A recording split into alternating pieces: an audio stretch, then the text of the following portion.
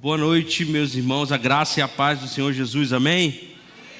Aleluia, estamos aqui, continuando a nossa série Fundamentos, e hoje é o último dia, a última pregação da nossa série, mas não fique triste, porque sábado que vem a gente continua com uma nova série no livro de Tiago. Nós vamos ficar mais de um mês falando capítulo a capítulo do livro de Tiago. A gente entra numa nova estação aqui na nossa igreja, vai ser um momento maravilhoso. E depois de Tiago a gente tem a última série do ano. Então a gente vai já finalizar o ano aí com mais 2 séries, finalizando essa série no dia de hoje. E eu queria compartilhar com vocês algo muito importante para a gente como igreja, mas não só para a gente, mas para toda igreja cristã evangélica sobre a face da terra, que é ceia e batismo. Batismo e ceia. O interessante é que quando nós olhamos para a religião do qual nós fazemos parte, o cristianismo, ele é uma religião, mas ele é muito mais do que uma religião. Mas quando nós olhamos para aquilo que nós vivemos, é claro que a essência do cristianismo, e eu creio que você entende isso, é que ele é muito mais do que os ritos, é muito mais do que aquilo que a gente faz aqui, está muito mais relacionado com o fato de eu me conectar de volta a Deus. Então o cristianismo, aquilo que nós cremos, é um caminho de relacionamento com o Pai. Então nós vivemos assim. E o que acontece? Quando nós olhamos para as diversas culturas que nós temos do mundo, dos locais, a gente sempre vai achar isso em comum, ou seja, o cristianismo é essa conexão de volta com o Pai, esse relacionamento de volta com o Pai, mas as outras coisas elas são um pouco diferentes. Então aqui na nossa igreja nós temos o louvor, nós temos a pregação, mas se você for em outra igreja, em outro país, o louvor vai ser diferente. A pregação vai ser feita de forma diferente. Se você for em outro estado, talvez, você vai ver coisas diferentes, parte da liturgia diferente. Por quê? Porque essas coisas, elas podem ser adequadas diante da situação, diante do local. Por exemplo, lá no Nepal, onde eu fui missionário, os cultos, eles não tinham guitarra elétrica, eles não tinham bateria, eles não tinham teclado. Era violão e alguns tambores que eu não lembro o nome, mas que eles faziam louvor ali. Quer dizer que aquilo não é adoração? Claro que não, aquilo é adoração. Porque existem coisas que nós podemos adequar, que nós podemos construir de acordo com a cultura. Por exemplo, se você for para a África, as pregações lá têm mais de 2 horas. Mais de 2 horas as pessoas pregam, as pessoas adoram. Eu lembro de um testemunho, não lembro de qual missionário, mas ele falou que ele foi lá pregar, ele pregou 40 minutos, terminou e sentou e ficou todo mundo esperando. Falou, mas acabou? Ele, acabou. Ele falou, não, a gente estava esperando você pregar 2 horas, fica de pé aí, vamos, continua. E aí ele teve que se virar lá. Mas existem algumas coisas que se você for em qualquer lugar do mundo, em qualquer igreja cristã, você vai encontrar. E essas 2 coisas são ceia e batismo. O louvor vai ser diferente, a pregação vai ser diferente, a dinâmica do culto vai ser diferente, vai ser completamente diferente, mas 2 coisas você vai encontrar em todo lugar. Se você for do outro lado do mundo, numa igreja perseguida, numa igreja escondida, você vai encontrar ceia e batismo. Sabe por quê? Porque essas 2 coisas são 2 coisas ordenadas por Jesus para que a igreja dele fizesse. A gente pode chamar até essas 2 coisas de coisas sagradas, sacramentos de Cristo. Por quê? Porque elas em si são sagradas? Não, porque elas apontam para algo sagrado. Então, o rito da ceia, o rito do batismo, essa liturgia que nós fazemos, que é ceiar e batizar, você vai encontrar em qualquer igreja até a volta de Jesus. Por quê? Porque Ele ordenou, porque Ele disse que precisava ser feito, porque isso aponta para algo maior. E o que nós vamos ver primeiro aqui é justamente sobre o batismo. A gente vai ver primeiro sobre o batismo, depois a gente vai falar sobre a ceia. E o que é o batismo? E talvez você que já se batizou, já tem muito tempo de caminhada, já é cristão antigo, vai falar, mas é claro que eu sei que é batismo. Mas eu quero, junto com você, se aprofundar um pouco mais. Talvez você pense, eu já sei o que é ceia. Mas eu quero, junto com você, entender um pouco melhor o que são esses momentos que nós vivemos. O que são esses momentos que nós vamos viver hoje aqui? Se você abrir Mateus 28, você vai encontrar uma das ordens mais importantes de Jesus. Mateus 28, versículo 19. Jesus está no final da caminhada dele aqui na terra, final do seu ministério, ele dá uma ordem para os discípulos. E ele dá o que a gente chama de a grande comissão. Mateus 28, 19 diz, portanto, Vão e façam discípulos de todas as nações, batizando-os em nome do Pai, do Filho e do Espírito Santo, ensinando-os a obedecer a tudo que eu lhes ordenei, e eu estarei sempre com vocês até o fim dos tempos. Essa ordem de Jesus, que é uma das ordens mais importantes, talvez a mais importante que Jesus nos deixou, ela tem 4 ensinos, 4 momentos, 4 pontos. Você tem que ir, você tem que fazer discípulos, você tem que batizar e você tem que ensinar. Então você vai, você encontra pessoas pelo caminho, você faz discípulos de Cristo, elas se convertem ao Senhor e aí você as batiza e depois você começa a ensinar, a instruir, a educá-las. E o interessante é que quando a gente olha, a gente não vai conseguir falar de todos, é óbvio, a gente vai falar só de batismo, mas a pergunta é por que Jesus achou apropriado colocar isso dentro da grande comissão, dentro da ordem mais importante? Ele quis fazer isso porque diante de uma situação onde precisa ser comunicado a nossa fé em Cristo, o batismo é uma dessas comunicações. O batismo, ele comunica que eu fui unido a Cristo. O batismo, quando a gente tem a grande comissão, você vai fazer discípulos, e a pessoa precisa se batizar porque é no batismo que ela vai proclamar para os outros a decisão que ela já tomou no coração dela. Então o batismo é isso de eu dizer que eu estou sendo purificado, que eu não sou mais condenado pelo pecado e agora eu vivo uma nova vida. Ou seja, eu morri para aquela vida antiga e agora eu estou nascendo numa nova vida, onde eu vou caminhar nessa vida, onde Jesus é o Senhor dessa minha nova vida. Então o batismo é esse testemunho público do cristão de dizer, agora minha vida mudou. As coisas não vão ser como era antes. As coisas não vão reger a minha vida como acontecia antes. Os meus desejos, aquilo que eu quero, aquilo que eu penso, eles mudaram completamente. Eu tinha uma vida onde os meus desejos dominavam. Os meus anseios, as minhas ambições eram que tomavam conta das minhas decisões. Mas agora, nesse momento, eu estou proclamando para todo mundo que está aqui, eu estou mostrando que agora isso mudou completamente. Existe outra coisa que é o caminho da minha vida. Existe outra coisa que rege aquilo que eu vou decidir a minha vida a partir de agora. E quando você vai em Romanos 6, a gente vai entender um pouco melhor do significado do batismo e o que ele traz para a nossa vida. Porque o batismo é esse anúncio público, mas ele também tem outras coisas que envolvem. Não é só o dizer que eu tenho uma nova vida para eu viver. Paulo vai dizer em Romanos 6, a partir do versículo 3. Romanos 6, a partir do versículo 3.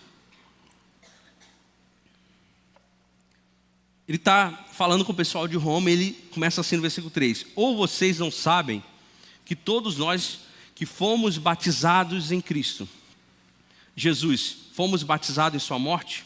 Portanto, fomos sepultados com ele na morte por meio do batismo, a fim de que, assim como Cristo foi ressuscitado dos mortos mediante a glória do Pai, também nós vivamos uma nova vida. Se dessa forma fomos unidos a ele na semelhança da sua morte, certamente o seremos também na semelhança da sua ressurreição.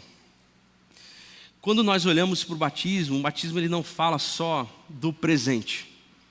Porque Paulo vai dizer o seguinte, olha, o batismo é a representação de você morrendo e ressuscitando, nascendo de novo para uma nova caminhada, mas ele não fala só sobre isso. Quando eu me batizo, eu estou declarando, olha, hoje eu vivo uma nova vida. Mas eu também estou declarando que no futuro eu terei também uma vida ao lado de Jesus. Então quando eu me batizo, eu estou dizendo, olha, eu decido hoje viver uma nova vida. E eu estou proclamando aqui essa nova vida, mas eu também estou proclamando que a morte não venceu sobre mim. Não venceu sobre mim, porque no final ele vai dizer, olha, se nós fomos sepultados com Jesus, assim como ele foi morto no batismo, nós também estamos sendo ressuscitados com ele e seremos ressuscitados como ele foi. O batismo é uma proclamação também de eu dizer para mim, de que no dia em que eu morrer nessa vida, eu vou ser glorificado com Jesus. E a gente já falou sobre glorificação aqui. Quando a gente falou sobre salvação, é exatamente esse processo onde eu sou justificado, eu caminho em santidade e eu serei glorificado. O que é ser glorificado? É estar exatamente como Jesus é hoje. Então quando eu me batizo, eu estou dizendo, agora existe uma nova vida para mim. E eu estou proclamando que a morte não tem mais a vitória sobre a minha vida. Que a morte não é o meu ponto final. Que a morte não vai ser a minha linha de parada. Não, quando eu morrer, eu estarei ressuscitado com Cristo. Estarei glorificado com Ele. Ou seja, quando alguém entra naquelas águas e sai, ele diz: agora eu vivo uma nova vida, eu estou proclamando isso para o mundo, mas em breve eu serei como Cristo glorificado na minha morte. Eu alcançarei a Jesus. Paulo ele vai utilizar desses mesmos textos lá em Colossenses 2, no capítulo 2, versículo 11. Você pode abrir aí na sua Bíblia. Colossenses 2, versículo 11.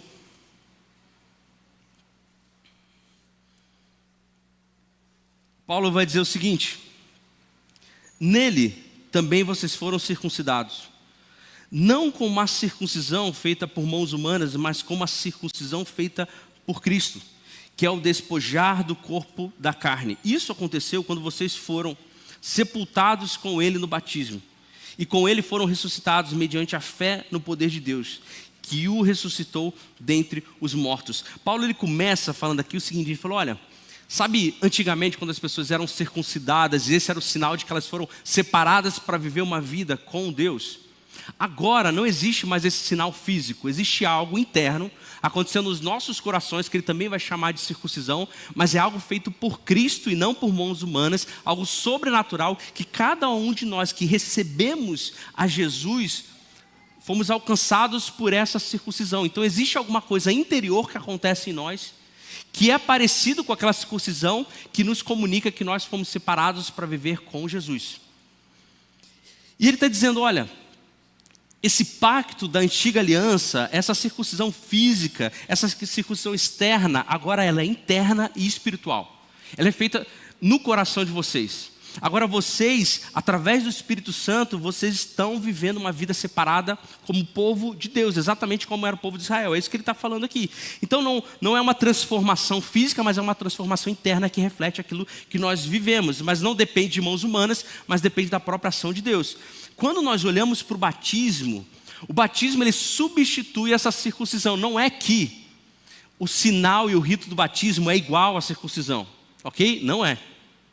Mas ele está dizendo o seguinte, olha, assim como existia um sinal de que você era o povo separado para Deus, o sinal que você proclama e comunica de que agora você é separado para viver uma vida com Deus é o batismo. Não é que você precisa ser batizado para virar povo de Deus. Você vira povo de Deus quando Jesus alcança o seu coração e circunda o seu coração de uma forma espiritual, que a gente não sabe explicar como, mas você visivelmente proclama isso através do batismo. Deu para entender? Então o batismo é esse ato visível que eu estou dizendo, olha, eu tenho um pacto agora com Deus. Eu sou povo separado para viver a obra que Deus quer para a minha vida. Então aquilo que apontava um povo separado para viver dentro da presença de Deus, agora existe algo que aponta para que a gente seja esse povo vivendo a presença de Deus. É o Espírito Santo sobre nós, mas aí eu me batizo para proclamar isso, para dizer, isso é verdade. Eu fui circuncidado, eu fui alcançado, o Espírito Santo me alcançou, e eu quero declarar e mostrar isso para todo mundo. Então, através do batismo eu expresso essa nova realidade que foi inaugurada na minha vida.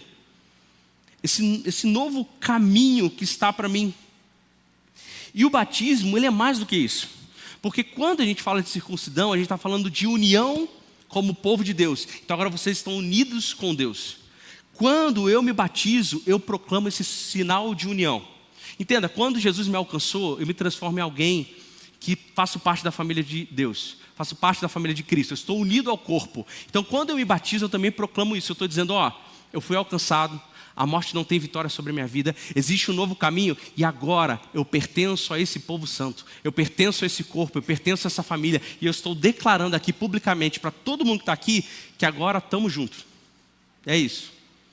Eu estou junto com vocês.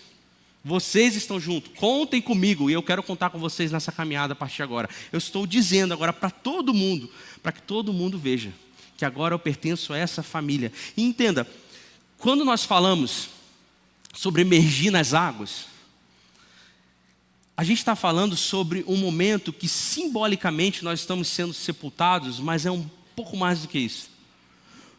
Porque se a gente pensa o seguinte, o que é ser santo? É ser separado. A partir do momento que eu me torno santo, não é que eu sou perfeito e nunca mais vou pecar, mas existe um novo caminho para eu trilhar. Eu sou separado para viver uma vida com Cristo. Essa vida com Cristo é uma vida de não condenação. Não é que você nunca mais vai pecar, mas o pecado não tem mais poder de te condenar. Porque você venceu a morte assim como Jesus. Não porque você fez algo, mas porque Ele te alcançou e Ele fez essa vitória ali na cruz. Então, quando eu entro nessa nova vida, a representação daquilo que eu entro nas águas, não só que eu estou morrendo e sendo sepultado, mas que aquelas águas estão limpando a minha vida. Agora o pecado não tem mais condenação sobre mim. E eu levanto como alguém que é santo, não porque eu não peco mais, mas que eu fui justificado por Cristo. Eu fui santificado no sentido de separado para ver uma vida com Ele. Então as águas, quando vêm sobre mim, é como se eu tirasse os pecados sobre a minha vida e eles não têm mais domínio sobre mim. Eu posso continuar pecando, mas Ele não me condena mais. Ele não tem mais poder de me levar para o inferno, porque eu estou com Ele, vitorioso com Ele, e eu vou ser glorificado junto com Ele. Então, quando eu estou ali colocando a minha cabeça na água, é isso que eu estou representando. Não é que o batismo é mágico, tá? Não é, gente. Mas ele é um sinal visível daquilo que Deus já está fazendo na minha vida. E já fez, porque Ele me alcançou. Esse é o motivo de por que nós não batizamos criança. Nós não batizamos criança porque a criança ainda não atingiu essa consciência de arrependimento e de fé na crucificação em Jesus. O que nós fazemos aqui na nossa igreja, e a tia Tati está ali junto com o pastor Elisandro, que são um dos responsáveis por essa área, nós consagramos as nossas crianças. Então recentemente a gente levou o João aqui para um culto que teve na quarta-feira, então nós oramos pela vida dele, nós consagramos a Jesus, nós declaramos que ele pertence a Cristo, assim como foi Jesus, porque quando Jesus nasceu ele foi levado ao templo para ser consagrado, mas nós não batizamos criança porque existe um momento na caminhada dela que ela vai perceber e falar assim, eu preciso de Jesus. Eu preciso me arrepender, e assim como Paulo fala aqui, crer nesse poder de Deus que ressuscitou Jesus dos mortos, que Ele pode me alcançar também e me salvar. Quando a criança adquire essa consciência, aí sim, pronto, é isso. Agora você vai tornar visível aquilo que você já tem no seu coração. A forma que você já foi alcançado no seu coração. Então esse poder que eu creio, que faz eu crer no poder de Deus, é um poder que me leva ao arrependimento e eu posso, através do batismo, proclamar que agora eu entendi e eu posso viver essa nova vida. Quando nós olhamos para Marcos 16, diz, quem crer e for batizado será salvo, mas quem não crer será condenado. O que ele está dizendo não é que o batismo salva. O batismo só sinaliza aquilo que já aconteceu. Mas o que ele está dizendo é que existe um critério para se batizar. O critério para se batizar é aquele que primeiro crê. Então não é qualquer pessoa que pode se batizar. É aquele que crê e entendeu a situação que ele está, de desespero, de necessitar de uma salvação. E agora eu vou representar de forma visível aquilo que eu já sinto. Então o batismo ele segue da fé. Primeiro eu tenho fé, primeiro eu creio, primeiro eu entendo. Primeiro eu percebo a necessidade do meu coração, e aí sim eu vou e me batizo. Quando a gente olha para Atos 2:38, também existe um outro critério que a palavra nos mostra sobre quem se batiza. Pedro respondeu, arrependam-se e cada um de vocês seja batizado em nome de Jesus Cristo para o perdão dos seus pecados e receberão o dom do Espírito Santo. Então um outro critério para quem é batizado é aquele que se arrepende. Então como que nós podemos definir aqueles que precisam se batizar? É aquele que crer na obra de Jesus. É aquele que entendeu a necessidade dele. É aquele que entendeu que Jesus morreu por ele e ressuscitou. E agora nós precisamos desse Salvador na nossa vida. E agora eu me arrependo dos meus pecados, da minha vida. Porque eu entendo que existe um novo caminho. Entendo que eu tenho que percorrer uma nova caminhada. Onde Jesus vai me levar à glorificação com Ele. Onde eu pertenço a uma nova família. E onde o pecado me lavou. E hoje eu posso viver uma nova vida. Então aí sim eu vou ser batizado. Aí sim eu vou declarar publicamente, visivelmente, aquilo que me alcançou. E a palavra batismo significa imersão, exatamente isso. Porque a partir desse momento você está imerso no Espírito Santo para viver uma nova vida. Representando visualmente. Existe uma grande polêmica, né? Sobre batismo. Como que deve ser o batismo? Por imersão, aspersão, infusão? A palavra batismo, ela significa mergulhar, emergir, exatamente isso, né? Lá, a pessoa, e antigamente, as pessoas que se convertiam ao judaísmo, elas mergulhavam em um rio até o pescoço, E aí batizava e ela mergulhava a cabeça e voltava. Então nós entendemos que biblicamente essa é a melhor forma de se batizar. Ao longo do tempo, ao longo da história, por uma forma prática, as pessoas começaram a optar por outros métodos. Até porque como que você vai batizar alguém que está enfermo na cama, que não pode se molhar, aceitou sua vida a Jesus e está nos seus últimos dias de vida? Ninguém vai pegar um balde e tacar nele, não façam isso. Okay? Ou levar uma piscina e montar no meio do hospital e não, dá um jeito, cara. Se você não se batizar, está errado. Não. Então, em algumas exceções, em algumas situações exclusivas, fora de regra, a gente entende que a gente pode usar outros métodos para batizar as pessoas, porque, aliás, o batismo é esse sinal. O sinal de uma nova vida. Ele em si não tem poder, ele em si não salva. Mas nós entendemos que o ideal, e biblicamente, é esse tipo de batismo, onde você pode imergir e sair. Por quê? Porque aquilo que nós estamos fazendo aqui, visivelmente, existem elementos que estão proclamando a profundidade da decisão que a gente tomou. A profundidade da decisão que nós temos. Eu fui morto com Cristo, eu fui à sepultura com Ele, esse sangue me lavou, e agora eu vivo uma nova vida, e eu proclamo isso pertencendo ao corpo de Cristo. E uma das coisas que nós fazemos no batismo, é quando a pessoa vai entrar nas águas, é dizer em nome do Pai, do Filho e do Espírito Santo. Não é por acaso que a gente faz isso. Nós fazemos isso porque foi assim que Jesus nos ordenou, mas Ele disse que isso tinha um sentido porque o que está acontecendo ali, essa proclamação visível do que a pessoa está anunciando ali, ela está dizendo, olha, aquilo que você está vivendo aqui, escolhendo viver, existe uma autoridade por trás. Existe uma ordem por trás. A Trindade está agora, nesse momento, sobre a autoridade, sobre a ordem da Trindade, o Pai, o Filho e o Espírito Santo, aquele que nos deu a salvação, aquele que entregou seu Filho e aquele que está com a gente aqui agora. É sobre a ordem dele, é sobre a autoridade dele, da Trindade, desse Deus, que nós tomamos essa decisão, que eu anuncio essa minha decisão. Então dizer em nome do Pai, do Filho e do Espírito Santo não é só uma coisa para ficar legal.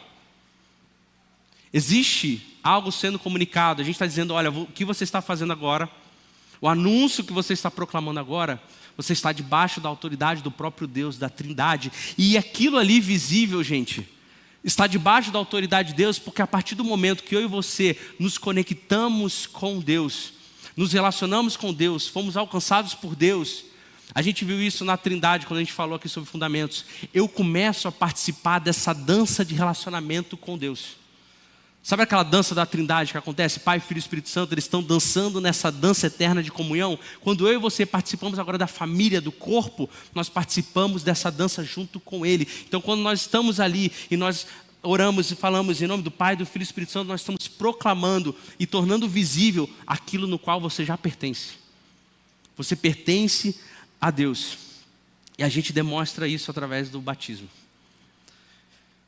Existe algumas frases ou nomes que as pessoas dão sobre batismo com fogo, ou batismo do Espírito Santo. Existe uma perspectiva, uma linha, uma visão sobre dois momentos na história de um cristão. Existe um momento onde você aceita Jesus e o Espírito Santo passa a habitar em você. E existe um outro momento que você é batizado com o Espírito Santo ou batizado com fogo, para que você possa agora exercer os dons do Espírito através da sua vida. Isso normalmente vem de duas experiências distintas, uma da salvação e uma subsequente à salvação, onde existe esse momento especial de revestimento do Espírito Santo, onde você é preenchido, e normalmente esse momento tem uma evidência clara, que é você falar em línguas. Essa visão, ela surgiu do meio pentecostal, e eu queria esclarecer ela um pouco aqui, a partir do que nós acreditamos. Quando nós olhamos principalmente essa expressão de batismo com fogo, Mateus, a partir do versículo 10, lá no capítulo 3, nós vemos João Batista falando algo sobre isso. Mateus capítulo 3, versículo 10 diz o seguinte: o machado já está posto à raiz das árvores, e toda árvore que não der bom fruto será cortada e lançada ao fogo. Eu os batizo com água para o arrependimento, mas depois de mim vem alguém mais poderoso do que eu, tanto que não sou digno nem de lavar as suas sandálias. Ele os batizará com o Espírito e com fogo. Ele traz a pá em sua mão e limpará a sua eira juntando seu trigo no celeiro, mas queimará a palha com fogo que nunca se apaga. Esse aqui é um dos poucos momentos que nós vemos a palavra batismo do Espírito Santo e com fogo juntas, ou batismo com fogo. Quando nós olhamos para esse momento que João Batista está nos dizendo, claramente ele não está falando sobre algo bom. O batismo com fogo, aqui dentro desse contexto, não parece ser algo bom, ao contrário, parece que ele está falando sobre aqueles que não creem em Jesus. Aqueles que não creem em Jesus, eles receberão sim um tipo de batismo, que é um batismo com fogo.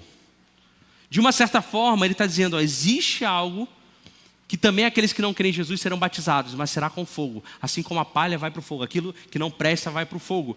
Então, nós entendemos que quando nós falamos batismo com fogo, está relacionado com algum tipo de juízo de Deus. Então, não é, talvez, uma boa ideia você pedir um batismo com fogo.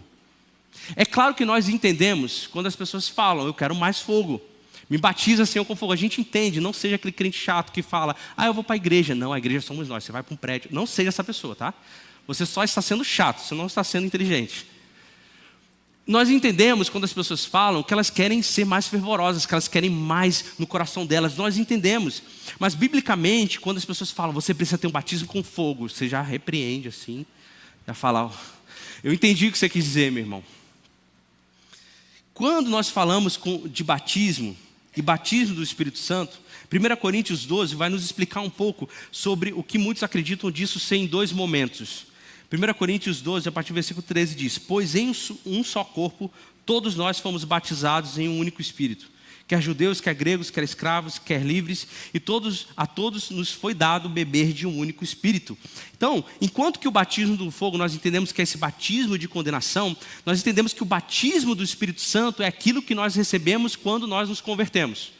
Então naquele dia que eu fui encontrado por Jesus e o Espírito Santo já começou a habitar em mim, eu já fui batizado com o Espírito Santo. A partir daquele dia, aquele momento, os dons do Espírito já podem fluir em mim, os frutos do Espírito já podem ser gerados através da minha vida. Então não existe um outro momento, porque aí parece que tem dois níveis de crente. Tem os convertidos e os batizados com o Espírito Santo. Aí você está em outro nível. Não, a Bíblia nos fala de um momento único, onde o Espírito Santo passa a habitar em você. É nesse momento que você foi alcançado pelo Espírito, batizado pelo Espírito, e você tem tudo o que você precisa. Tudo o que você precisa. Quando nós falamos sobre ser cheio do Espírito, aí é outra história. Paulo vai falar aos Efésios, vocês precisam, assim como a pessoa que bebe e fica dominado pela bebida, vocês precisam ser cheios do Espírito para ser dominados pelo Espírito e viver uma vida pelo Espírito. Aí é outra história, porque cada um de nós precisamos nos esforçar para ser cheio do Espírito, mas ser batizado com o Espírito, ter o Espírito Santo em mim vivendo, ter os dons do Espírito sobre mim, poder gerar os frutos, isso já está sobre a vida de cada um de nós aqui. Amém, gente? É claro que quando nós olhamos para o livro de Atos, o livro de Atos é um processo de transição da igreja, porque o livro de Atos sim nos mostra sobre dois momentos. Mostra aqueles que aceitaram Jesus e depois eles sendo batizados no Espírito. Aí as pessoas pegam esse texto e falam, tá vendo? Existem dois momentos. Mas quando nós olhamos para o livro de Atos, nós estamos falando de um livro de transição do envio do Espírito. Muitas pessoas criam em Jesus. Falavam, ele é o Messias, ele é o Salvador.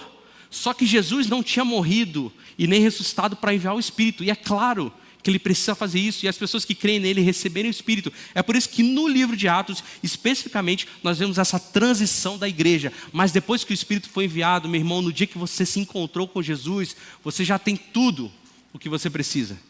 Você já tem todo o Espírito Santo sobre você. E aí falar em línguas ou não é o dom que você vai ter. Ou não. Quando a nova aliança foi estabelecida, o Espírito Santo já está sobre cada um de nós, nós já somos adicionados ao corpo de Cristo. Eu não preciso de um segundo batismo. É claro que isso não pode impedir você de ter experiências espirituais, como acontece. Você está no seu quarto orando, o Espírito Santo invadir a sua vida, você ser revestido pelo Espírito, assim como acontece em alguns momentos no livro de Atos, onde os apóstolos já têm o Espírito Santo, mas eles são revestidos do Espírito para uma missão especial. Isso acontece, mas o Espírito Santo, o batismo do Espírito Santo, ele já está sobre você. Em resumo, quando nós olhamos o batismo, é essa ordenança instituída por Cristo. Não é um momento de rito mágico que tem poder, mas é um sinal visível daquilo que Deus já fez sobre a nossa vida. É esse selo dessa nova vida com Cristo, é esse ato de fé, essa obediência, esse testemunho público de que agora eu pertenço ao Senhor e posso viver essa nova vida. E como forma prática daquilo, nós agora vamos vivenciar essa experiência maravilhosa de poder receber pessoas publicamente declarando que eles pertencem à família e estão vivendo uma nova vida. E nós vamos para o nosso batismo aqui no meio da palavra. Vamos dar uma salva de palmas, gente. Nós vamos começar o nosso batismo aqui e eu quero chamar o nosso batizador da noite. Chega mais, Gabriel. Gabriel, batizador da noite, vem. O pessoal que já está aí preparado, já prepara os cartazes, prepara as bolas. Eu quero chamar a Monique aqui com a gente e a sua acompanhante, Eide, também vai estar aqui. Pessoal que está com a Monique, com a Eide, cadê o pessoal? Fica em pé aí, gente. Aê!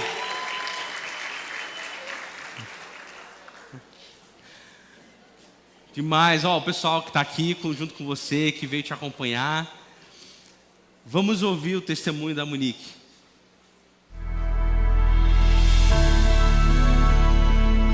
Sempre acreditei em Deus, mas nunca fui obediente. Era uma pessoa ansiosa, vazia e que pensava somente em mim. Antes do meu casamento, meus pensamentos começaram a mudar e a palavra de Deus me transformou. Após meu parto prematuro e internação no hospital, Jesus trabalhou ainda mais em mim. Foi extremamente difícil, porém incrível.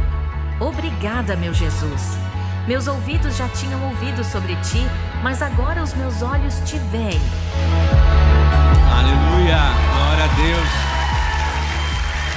Monique, o pessoal preparou um cartaz para você. Que alegria celebrar esse momento. Um passo lindo de fé, de entrega.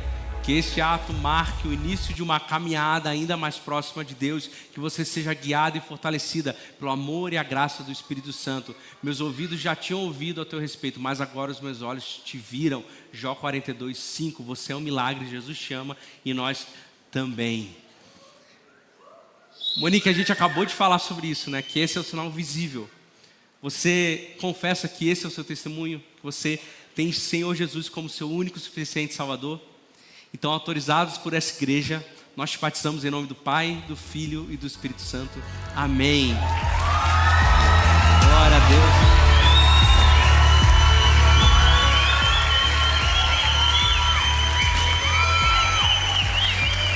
Aleluia.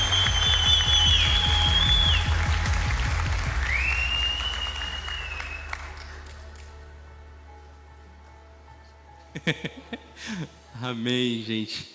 Queria chamar agora o Danilo com o seu acompanhante Henrique aqui.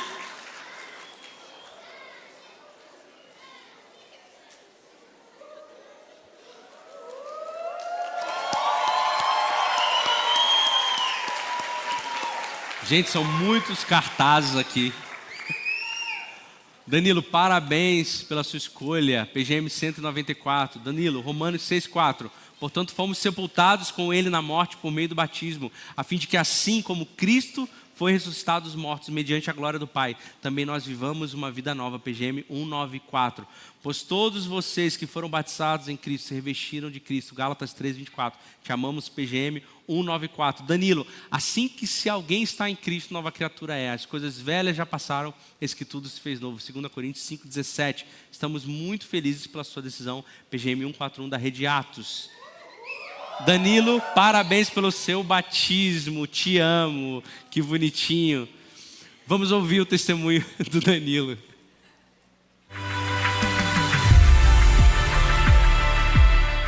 Desde pequeno, frequentava o culto com meus pais e ia ao PGM deles, mas não via sentido nisso. Então, em uma noite, conheci o Vilani, que me convidou para ir ao seu PGM 194. Chegando lá, fui muito bem recebido e encontrei alguns amigos meus. A partir disso, comecei a frequentar os cultos de sábado e então percebi. Isso era obra de alguém que, apesar de tantos pecados e da minha ignorância, me ama. Nosso único Senhor e Salvador, Jesus Cristo. Entendi o chamado de Deus em uma conversa com meu pai e decidi entregar minha vida ao Senhor. me batizando, sendo limpo do pecado e renascendo como servo de Cristo. Aleluia! Danilo, é isso que a gente acabou de falar. Você teve um momento de fé, de arrependimento, e agora visivelmente você está proclamando para todo mundo aquilo que você já decidiu no seu coração. Esse é o seu testemunho. Você crê que Jesus é o seu único, suficiente Salvador?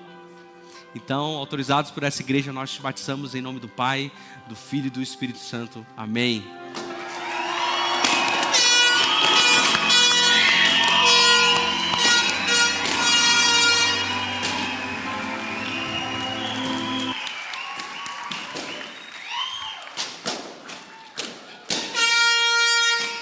Glória a Deus, gente. É isso que nós acabamos de vivenciar aqui. Essa proclamação pública de pertencer agora ao corpo, daquilo que Deus já fez no coração de cada um daqueles que estão ali. Se você ainda não é batizado, irmão, não perde tempo. Não perde tempo de representar visivelmente aquilo que Deus está fazendo na sua vida. E aí, prontos para a segunda etapa?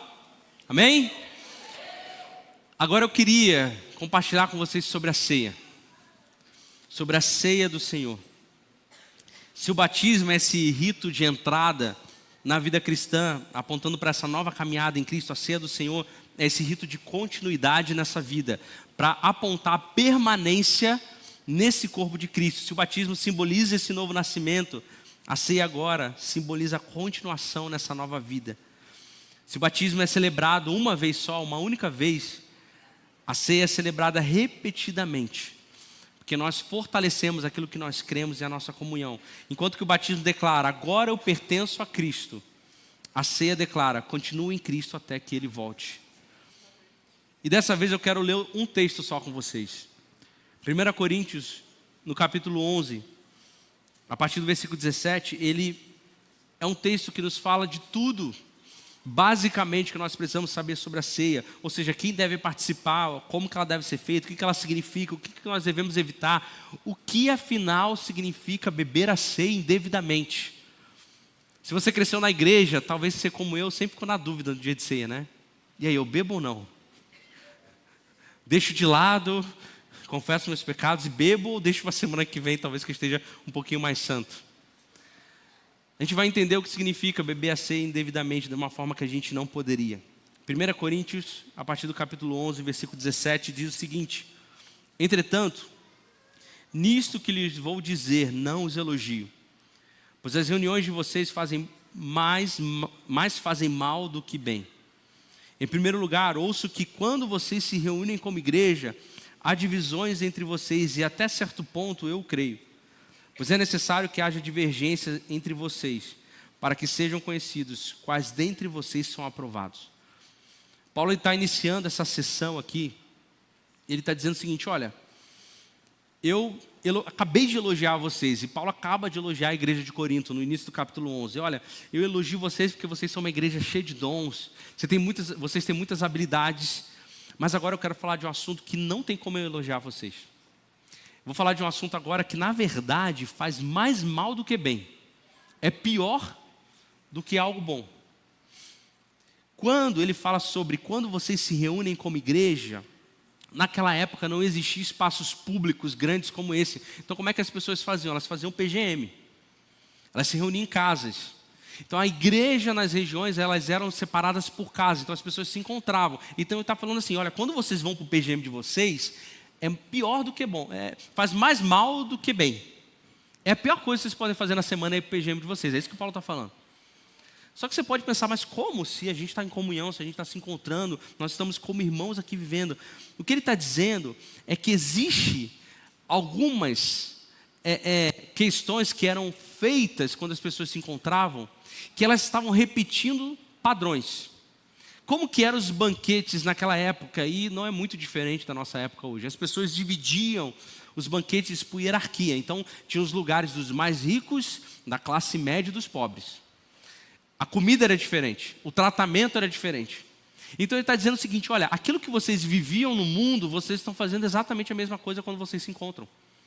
Vocês estão se dividindo, vocês estão se organizando e querendo, ficar próximo daquele que é mais influente, deixando aqueles que são mais pobres, aqueles que têm um nível educacional menor, de lado. Vocês estão se dividindo quando vocês se encontram.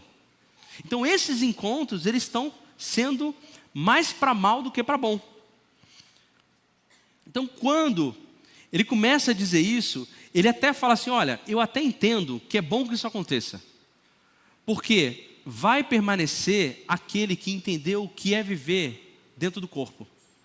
Porque quando isso acontece, existem aqueles que vão se dividir. Eu não, eu vou com fulano aqui porque ele é alguém mais influente, ele é alguém mais legal. Na verdade, ele é alguém que é mais rico. Ou simplesmente eu sei que ele faz tal coisa e eu quero me colocar perto dessa pessoa porque ele é essa pessoa mais influente. Mas existem alguns que vão entender que aquilo é o corpo e não vão criar essa divisão. Então isso até é legal acontecer porque a gente vai ver aquele que entendeu. Porque aquele que está só por interesse, esse daqui a pouco vai embora. Daqui a pouco ele já não vai mais pertencer. Então é até bom, porque isso é como se fosse um diagnóstico da igreja. E ele continua no versículo 20 e diz, quando vocês se reúnem, não é para comer a ceia do Senhor. Porque cada um come sua própria ceia sem esperar pelos outros. Assim, enquanto um fica com fome, o outro se embriaga. Será que vocês não têm casa onde comer e beber, ou desprezam a igreja de Deus e humilham os que nada têm? Que lhes direi? Eu os elogiarei, por isso certamente que não. Ou seja, o que ele estava dizendo é o seguinte, olha, se existe hierarquia social no encontro de vocês, vocês podem chamar de qualquer coisa, menos ceia do Senhor. É qualquer coisa que vocês estão fazendo. Pode chamar de rolê, encontro, menos ceia do Senhor. Porque na ceia do Senhor não faz sentido ter essa divisão. Quando a gente se encontra para ceiar junto, para celebrar esse rito de quem Jesus foi, de que Ele fez, não faz sentido perder essa identidade e segregar e dividir aqueles que estão entre nós. Ou seja, se você está participando da ceia do Senhor sem entendimento do que é uma ceia do Senhor, é isso que está relacionado com tomar a ceia de forma indigna, e a gente vai ver isso mais para frente. Ou seja, quando existe separação na igreja, clãs socioeconômicos na igreja, divisões por causa do individualismo ou a falta de perdão, se vocês tomam a ceia dessa forma, pode ser qualquer coisa, mas não é ceia. É um pão com vinho, mas não é o rito sagrado que aponta para aquilo que é sagrado. E quando ele diz assim, vocês comem e se embriagam, o que acontecia? Imagina que a ceia naquela época era aquela comida do PGM que cada um leva um prato, sabe? Tinha os mais ricos e os mais pobres. Os mais ricos chegavam na hora e eles levavam picanha. Os mais pobres chegavam atrasados porque eles estavam trabalhando, eles tinham que trabalhar, muitos eram escravos, eles levavam pipoca. Não sei se vocês já viveram isso no PGM de vocês, de ninguém levar nada e a gente fazer pipoca como último recurso. E pipoca é maravilhoso. O que eu quero dizer é que existiam pessoas que levavam coisas muito boas, muito caras, mas aqueles que não conseguiam levar ou nada ou quase nada porque eles não tinham condição e eles ainda chegavam atrasados. E sabe o que acontecia? Imagina que alguém te convida para um PGM e aí tu se atrasa por algum motivo, você chega lá e não tem mais comida e está todo mundo bêbado. É o que acontecia aqui. A galera mais pobre que estava trabalhando até tarde, escrava, chegava, não tinham mais comida e eles não tinham que comer porque eles eram pobres, e chegava e estava todo mundo bêbado. E aí Paulo vai dizer, olha, quando vocês fazem isso, vocês estão, além de segregando e tornando a ceia do Senhor injusta para aqueles que não têm nada, vocês estão envergonhando aqueles que não têm nada. Então isso tudo é qualquer coisa, menos o corpo de Cristo reunido. É qualquer coisa, menos ceia.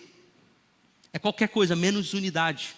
Aqueles que comiam e se embebedavam, e eles já eram ricos, eles não entenderam que a ceia não é uma refeição comum. Paulo está dizendo, você quer comer uma comida, você quer jantar? Fica em casa, janta e vai sem fome, porque a ceia está relacionada com repartir para aqueles que não têm. Com ser corpo e unidade. A ceia não é para encher barriga. Se você acha que você vai para comer, não é para isso, é comunhão. E ele continua no versículo 23 e diz, pois recebi do Senhor o que também lhes entreguei. Que o Senhor na noite em que foi traído tomou o pão e tendo dado graças partiu e disse, isso é o meu corpo que é dado em favor de vocês, façam isso em memória de mim.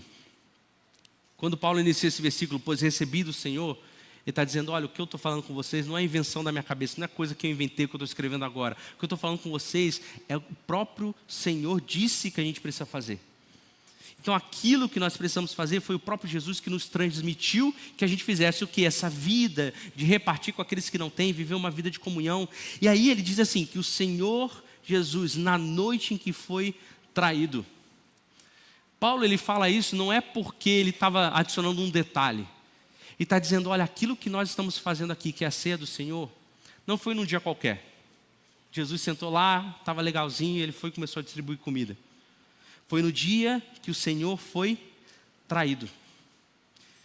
Isso representa que a ceia não é esse ritual frio, que você pega o pão, abre o cálice, bebe e acabou. A ceia, ela vem de um dia triste e pesado para a história de todos nós. Esse momento que nós vivemos aqui, ele é carregado de dor e de entrega. Jesus foi traído nesse dia.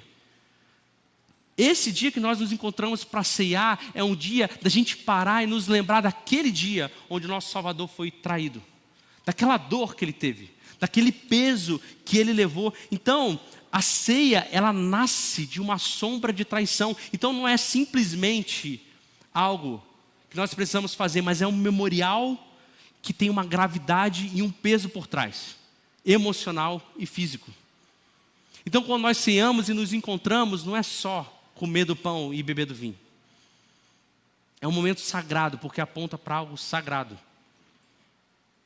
E quando Jesus toma do pão, e Paulo fala isso, ele partiu e disse, isso é o meu corpo que é dado em favor de vocês. Quando Jesus pega o pão e parte e fala, este é o meu corpo. Ele está dizendo o seguinte, o meu corpo, ele vai ser partido em favor de vocês. O meu corpo, ele vai ser esmagado em favor de vocês. O meu corpo, ele vai ser quebrado em favor de vocês. Esse meu corpo, esse pão que nós vamos comer, simboliza o meu corpo que eu estou entregando em favor de vocês, que vai ser destruído para a salvação de vocês. Então quando nós pegamos do pão, não é só um pão cortado. É um pão que representa o corpo do nosso Jesus esmagado, quebrado, em favor de nós, em favor de mim. O corpo furado, machucado, dilacerado de Jesus, em favor de cada um de nós. E ele finaliza essa parte falando, façam isso. Repitam isso, lembrem-se disso, do meu corpo que foi entregue por vocês. Não existe aqui uma indicação de quantas vezes nós devemos fazer, mas de uma ação contínua. Aqui na nossa igreja nós fazemos mensalmente, existem igrejas que fazem todos os domingos. O que nós precisamos fazer é fazer sempre. O quê? Lembrar do pão, que representa o corpo de Cristo partido naquela cruz, naquele dia de traição. E ele continua no versículo 25 e diz, da mesma forma, depois da ceia, ele tomou o cálice e disse, esse é o cálice, é a nova aliança do meu sangue. Façam isso sempre que o beberem em memória de mim. Quando Jesus pega o cálice, e obviamente a gente está representando hoje no nosso contexto, que é o suco de uva. Seja o vinho ou o suco de uva, teve que ter um processo para que uvas fossem esmagadas para que gerassem aquele suco, aquele vinho. Da mesma forma, quando Jesus pegou o pão e partiu e falou, esse é o meu corpo sendo partido por vocês, ele está pegando o cálice e está falando, olha, assim como essas uvas foram esmagadas, o meu corpo será esmagado naquela cruz, o meu sangue será esmagado naquela cruz, vertido por cada um de vocês. Toda vez que vocês beberem do suco, do vinho, lembrem-se do meu corpo sendo esmagado e do meu sangue escorrendo naquela cruz em favor de vocês. E quando ele diz isso, ele fala, a nova aliança do meu sangue. No Antigo Testamento, quando os fariseus, os mestres da lei, eles pegavam a palavra, eles olhavam para a palavra, eles olhavam toda a Torá, todo o Antigo Testamento, todos os profetas, existem leis para serem cumpridas ali. É o que nós chamamos da antiga aliança. Eles olhavam para aquilo e falavam, olha Deus, eu vou tentar cumprir essa lei o máximo que eu puder. Mas eles conseguiam, sim ou não? Claro que não. Possível. Mais de 600 leis. Quando Jesus está falando da nova aliança, o autor de Hebreus vai falar isso muito bem. Ele está dizendo, agora existe um novo tempo. um novo tempo que não é só o intelecto que vai ajudar vocês a viverem a lei. Porque o intelecto é o seguinte, é você abrir aqui, ler o que você precisa fazer e tentar viver isso. Ele está falando o seguinte agora, existe uma nova aliança, que o meu sangue, assim como essas uvas foram esmagadas, ele está sendo esmagado naquela cruz, essa nova aliança vai liberar um novo tempo, onde o meu Espírito estará com vocês. Então ao invés de vocês lerem e tentarem, vocês vão ler. E aí o autor de Hebreus vai dizer que essa lei será gravada no coração de vocês. Quer dizer que agora eu não só entendo a lei, mas ela cai no meu coração. E através do Espírito que sai em mim, eu torno possível viver essa lei. Agora é possível eu e você ler a lei, ler a Bíblia e falar, eu consigo viver assim. Porque o Espírito Santo está sobre mim. Então quando Jesus vira e fala assim, existe uma nova aliança, ela está falando, existe um novo tempo. Que agora eu serei o Deus deles, e a minha lei estará gravada no coração deles. Ou seja, agora eles vão ler e eles vão conseguir viver à altura daquilo que eles leem. Porque o meu Espírito, que tem todo o poder, está sobre cada um deles. E quando nós olhamos para o pão e para o cálice, isso é um memorial vivo desse momento de morte e ressurreição de Cristo. É por isso que esse momento é um momento sagrado, mais uma vez, não porque esse momento tem um poder sobrenatural, mas porque ele representa algo sagrado. Ele representa algo que mudou as nossas vidas. Ele representa aquele dia que Jesus foi entregue naquela cruz e as nossas vidas mudaram para sempre. E o mais interessante é que quando nós olhamos para o pão e para o vinho, eles estão representando, e isso aqui é muito importante, eles não se transformam no corpo, eles não se transformam no sangue de Cristo. Ok? Eles são um memorial sagrado para representar aquilo que é o corpo e o sangue. Isso é muito interessante porque aqui nós olhamos e quando nós participamos da ceia, não é só comer do pão e do vinho e nos lembrar disso. De alguma forma, quando eu me lembro daquilo que Jesus viveu e do corpo dele sendo partido naquela cruz, eu espiritualmente sou renovado. A minha fé é renovada. A minha esperança é renovada. Então não é só um momento de ritual. E aí no versículo 26 ele continua e diz, porque sempre que comerem deste pão e beberem desse cálice, vocês anunciam a morte do Senhor, até que Ele venha. A ceia, ela proclama três coisas. A ceia, ela proclama esse momento do passado, que a gente acabou de falar aqui, esse momento que Jesus se entregou. Ela proclama esse momento agora, onde eu me lembro daquilo que Cristo fez, e ela proclama algo futuro, que Jesus vai voltar. Então quando eu estou ceando, eu estou me lembrando da morte de Jesus, mas eu estou me lembrando do Espírito dele sobre mim, como eu posso viver essa nova aliança, mas eu também estou me lembrando de que ele vai voltar, e um dia eu não terei mais que ceiar, porque eu estarei junto com ele. A ceia, ela liberta, ela comemora essa libertação do pecado que eu tive, a salvação que eu alcancei, a santificação que está sendo gerada em mim, e a glorificação que eu terei com Jesus quando ele voltar. Então você percebe que a ceia é uma história sendo contada, é uma dramatização. Deus está usando elementos físicos, elementos que nós temos na mão, para dramatizar a história dele sobre a terra. A história é que nós éramos pecadores, mas o corpo dele foi partido, o sangue dele foi vertido, existe uma nova aliança, agora existe um novo meio de viver, onde eu pertenço ao corpo, e eu declaro que ele vai voltar. Quando eu sei, eu estou declarando a história de Deus sobre a humanidade, para mim e para as pessoas do meu lado. Não é só um pão e um vinho, ou um suco de uva. E ele continua dizendo, no versículo 27, portanto, todo aquele que comer o pão ou beber o cálice do Senhor indignamente, será culpado de pecar contra o corpo e o sangue de Jesus. Quando nós falamos sobre beber a ceia indignamente, a gente não está falando sobre você ter pecado e não poder beber a ceia, porque se for assim, ninguém pode beber. Ele não está falando de que você acabou de pecar e você fala assim, meu Deus, eu acabei de pecar, eu sou pecador, eu não bebo mais a ceia. Não é isso. Porque se for relacionar com o pecado, ninguém pode participar. Todo mundo aqui já era. O que ele está falando é que existe uma forma de você participar da ceia que é uma forma irreverente. Lembra que Paulo está falando sobre o quê? Ele está falando sobre desunião. Ele está falando de pessoas que quebram o corpo. Se você é alguém assim, ou vive uma vida assim, como que você está ceando, celebrando o corpo? Ele está dizendo que ceiar indignamente é essa pessoa que não faz questão nenhuma de manter a unidade e mesmo assim ceia. Como que isso poderia ser nos dias de hoje? Se você é alguém que ignora os humildes, ou as pessoas mais simples, ou que trata melhor as pessoas que têm mais influência, mais aparência, mais dinheiro, ou então que você ignora aqueles que são marginalizados, aqueles que são pobres, ou você não busca reconciliação, não busca o perdão das pessoas, ou se você guarda mágoa, se você se ressente, não tem maturidade de lidar com seus irmãos, se você cria alguma fofoca ou calúnia, ou seja, fala mal do seu irmão, se você vive em panelinhas, se você tem essa intenção o tempo todo de julgar o seu irmão por alguma coisa ruim que ele está fazendo, se você está o tempo todo vivendo de comparação e competição entre as pessoas do seu lado, se você se fecha em grupos escolhidos porque você não quer se envolver com outros grupos inferiores, ou se você não tem compaixão do seu irmão, vê ele sofrer e não se importa, é indiferente em relação à dor do outro, ou você trata com desprezo só porque a pessoa pensa diferente de você, ou você só se relaciona com alguém porque isso vai gerar visibilidade para você, e você faz isso, ou uma dessas coisas, e toma ceia, você é uma dessas pessoas que está tomando a ceia de forma indigna. Ele vai dizer que a pessoa que toma essa ceia, ela é culpada por violar algo sagrado. Você está violando algo sagrado quando você toma a ceia dessa forma. É como se a gente olhasse para a cruz e despredasse o corpo de Cristo despedaçado e o sangue dele por causa do corpo dele sendo esmagado.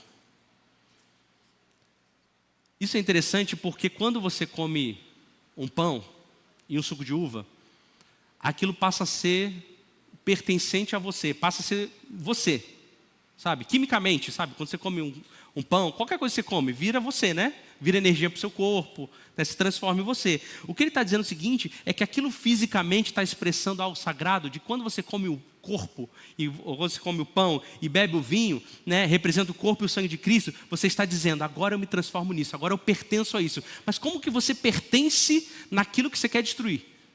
Naquilo que você quer acabar, naquilo que você quer separar, naquilo que você não quer manter a unidade. Então você está profanando algo que é sagrado. E aí o interessante é que no versículo 28 ele vai dizer o seguinte, examine-se o homem a si mesmo, e então coma do pão e beba do cálice. Então vocês entendem que não é para não comer do pão e não beber do cálice, é ao contrário. É para comer do pão e beber do cálice, mas antes se examine. Então ele está dizendo o seguinte, olha, eu estou fazendo algo que está causando divisão para a sua igreja, divisão no meu PGM, divisão entre as pessoas, julgando, caluniando, fofoca. Me arrependo. Coma do pão e do vinho. Não é para não comer se você estiver numa situação dessa, é para você examinar, se arrepender e comer. E claro, eu sugiro você resolver isso depois. Seja com qualquer pessoa que seja. Então não é para evitar a ceia, mas se preparar para participar. Entender do que você está participando. Então o convite é um autoexame para saber o que você está fazendo, mas aí sim você come e bebe. Então o objetivo não é te excluir de participar, mas é fazer com que você participe de forma consciente daquilo que você está pertencendo. E aí no versículo 29 ele diz, pois quem come e bebe sem discernir o corpo do Senhor, come e bebe para a sua própria condenação. Ou seja, ele está dizendo, olha, se você não entendeu o que é o corpo, porque se você está vivendo uma vida assim de divisão, você não entendeu o que é o corpo de Cristo. Então se você faz isso, você é culpado da sua própria condenação. Você está ignorando aquilo que a gente deve fazer. É por isso que aqueles que pertencem à ceia, participam da ceia, a gente entende que são aqueles que pertencem ao corpo. O que quer dizer isso? Imagina que você encontrou com Jesus e você se batizou e o batismo é essa confissão pública de que agora eu pertenço ao corpo. Então nós entendemos que agora é o momento de você cear.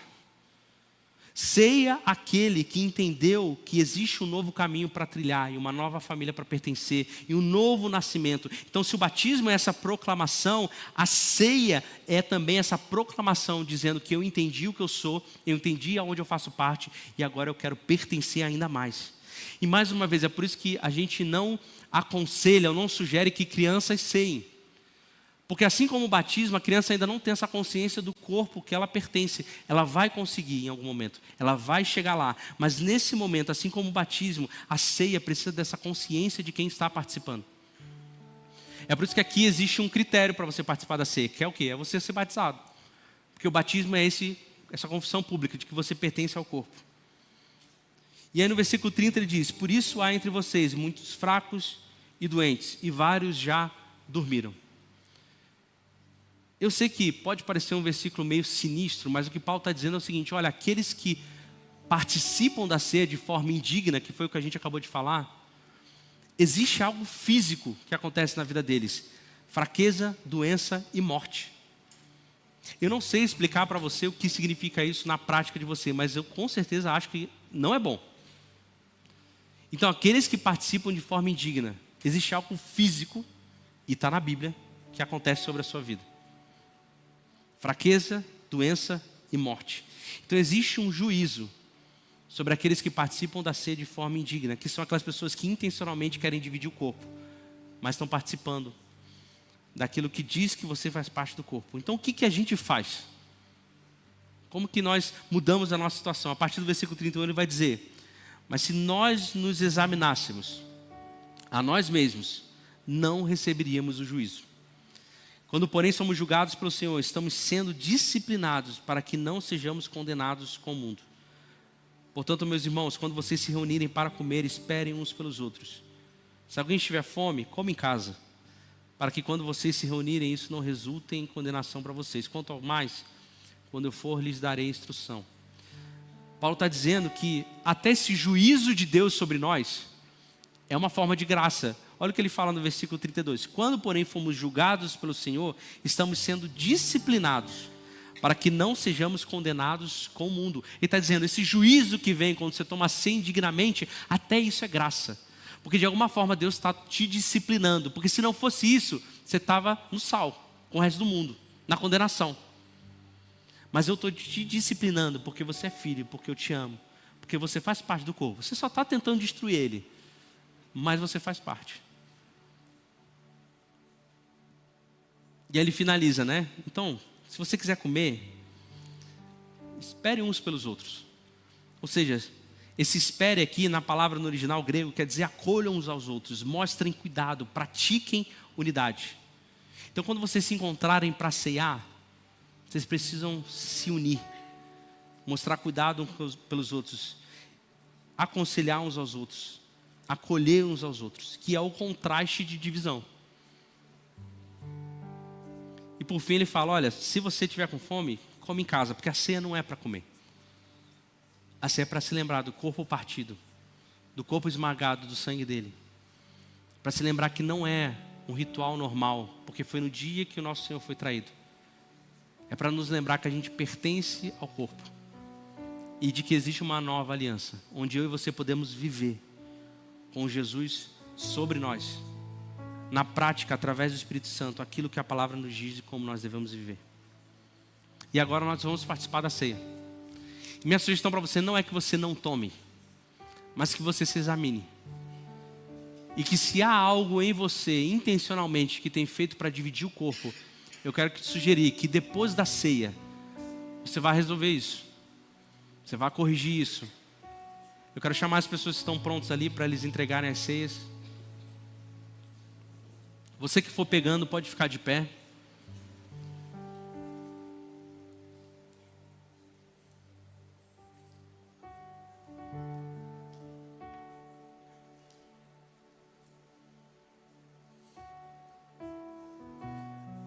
Você que já estiver com a ceia na mão, feche os olhos aí no seu lugar e faça exatamente o que a palavra nos disse.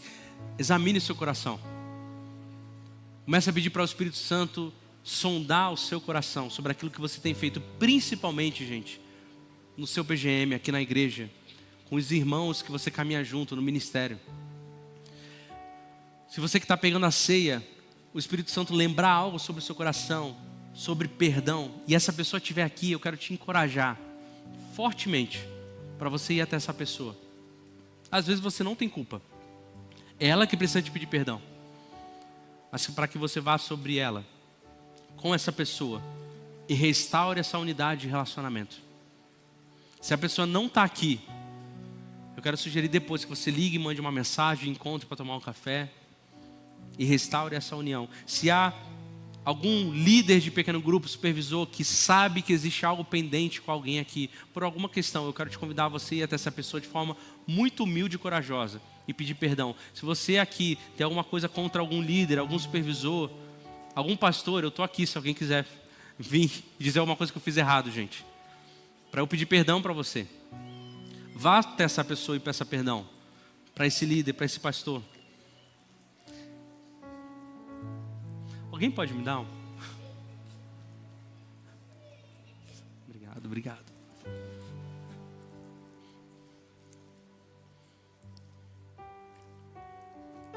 Quero que você pegue o pão aí na sua mão. O pão não, né? Biscoitinho aqui. É só uma representação, é só um sinal, é só um símbolo do que é sagrado. Mateus 26 tem esse momento da ceia, onde Jesus ele faz a ceia com os discípulos.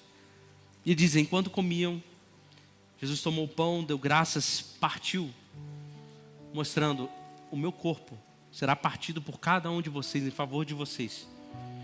E deu aos seus discípulos, tomem e comam, isso é o meu corpo. Você pode comer do pão.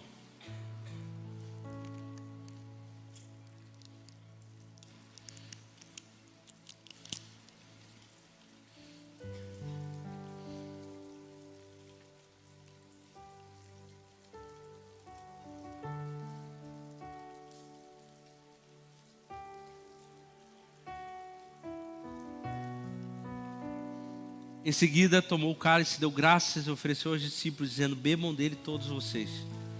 Isso é o meu sangue. Assim como isso representa as uvas que foram esmagadas, o meu corpo sendo esmagado, o meu sangue naquela cruz. Isso é o meu sangue da aliança, dessa nova aliança, onde virá um novo tempo, onde vocês vão poder viver coisas sobrenaturais, porque o meu Espírito Santo está sobre vocês. E tudo aquilo que as pessoas não poderiam viver, hoje é possível por causa dessa nova aliança que o meu sangue traz, que é derramado em favor de muitos para perdão de pecados. Eu lhes digo, de agora em diante não beberei deste fruto da videira até aquele dia em que beberei o vinho novo com vocês no reino de meu Pai. Quando a gente lê Apocalipse fala de uma última ceia. Apocalipse 9 vai dizer essa última ceia, onde Jesus vai voltar. Nós cearemos com Ele. Onde Jesus vai voltar e Ele vai beber de novo o vinho. Porque nós não vamos mais precisar nos lembrar do nosso Salvador, porque a gente vai estar com Ele. Nós não vamos mais precisar nos lembrar dessa memória, porque nós estaremos com Ele. Esse último dia, essa última ceia, nós cearemos com Ele e teremos uma união eterna com Ele. Mas até lá, nós nos lembramos, proclamamos aquilo que Ele fez naquela cruz, a nova aliança que nós vivemos hoje, e proclamamos a volta dEle até que Ele venha. Você pode beber do cálice.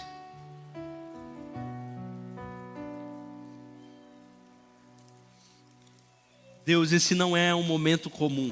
Não é, Deus. Esse momento aponta para algo sagrado, naquele dia onde o Senhor entregou a sua vida por nós. Esse momento nos lembra do seu corpo destruído naquela cruz, mas também nos lembra do túmulo vazio. E é por isso que nós nos lembramos de que o Senhor vai voltar. E esse momento não é um momento só de peso, mas é um momento de celebração. Porque nós pertencemos a esse corpo, e o que fizemos agora, beber desse suco, comer desse pão, isso se tornou parte de nós. Deus, que isso restaure a nossa fé, encoraje a nossa vida, porque agora nós estamos, assim como nós bebemos esse suco e comemos esse pão, nós dizemos que nós pertencemos ao corpo. E Deus nos livra de beber essa ceia de forma indigna, nos livra de tentar destruir o seu corpo, criar separações, criar facções aqui dentro, Deus. Nesse tempo que nós estamos vivendo de sucessão, Deus nos livra disso, Pai. A igreja pertence ao Senhor.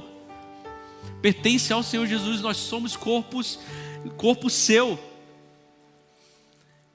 Então eu te peço para que teu Espírito mantenha cada um aqui unido, que cada PGM haja um mover de unidade, haja um mover de união. As redes aqui, Livres e Flow, Deus, nós não somos redes separadas, nós somos corpo do Senhor, Pai. Por acaso nós nos organizamos como rede, mas nós pertencemos ao Senhor. Nós estamos aqui nos lembrando do que o Senhor fez, não é do que o pastor fez, do que o missionário fez, do que o Senhor fez em favor de nós. É isso que nós celebramos. Então, traga a restauração, se for necessário, nos relacionamentos que foram quebrados aqui dentro. Traga perdão. E traga a sua união sobre cada um aqui. Em nome de Jesus. Amém. Amém.